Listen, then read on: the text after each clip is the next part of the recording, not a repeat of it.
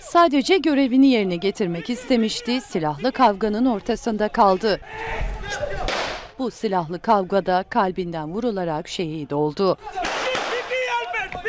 Edirne'de iki grup arasında silahlı kavga çıktı. Devreye gezen polis memurları Selamsız Sokak'taki kavgaya müdahale etmek istemişti.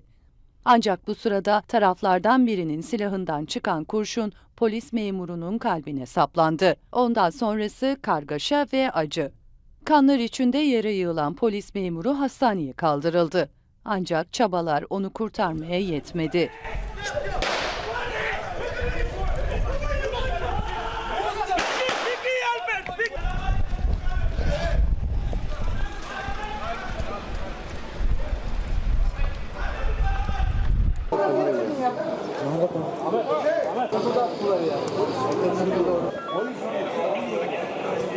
Onu vurup kaçlar değil mi? Acı haberin ardından hastaneye gelen Emniyet Müdürü Rahmi Baştuğ olaya ilişkin açıklama yaptı.